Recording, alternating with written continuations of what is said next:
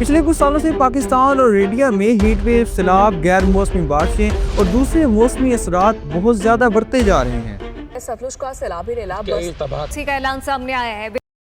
मगर इन सब की वजह क्या है? ऐसा पहले क्यों नहीं था? कुछ के मुताबिक इंडिया ज्यादा पानी छोड़ देता है, या इंडिया से धुआं आता है। कुछ के मुताबिक ग्लेशियर ज्यादा पिघल रहे हैं, या ये हमारे कामों की वजह से हम पर एक अजाब है।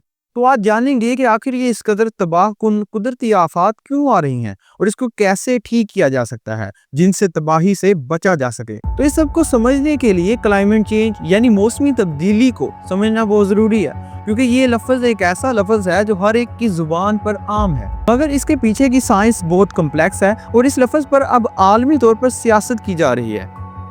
पिछले हजारों लाखों सालों से जमीन का टेम्परेचर एक एवरेज लेवल पर है, जो कि यहाँ के जानदारों और हम सब के लिए मुनासिब है। लेकिन 1950 के बाद से ये लेवल बढ़ता ही जा रहा है। 1950 के बाद इंडस्ट्रियल रेवोल्यूशन आई, जिसके बाद गाड़ियाँ, फैक्ट्रियाँ और ये चीजें बहुत ज्यादा बढ़ना शुरू हो गई। इनसे धुएं की सूरत में मुख्तलिफ गैसेस जैसे कि कार्बन डाइऑक्साइड, मीथेन वगैरह खारिज होती थी और आहिस्ता आहिस्ता इनकी मिकदार हवा में बढ़ने लगी।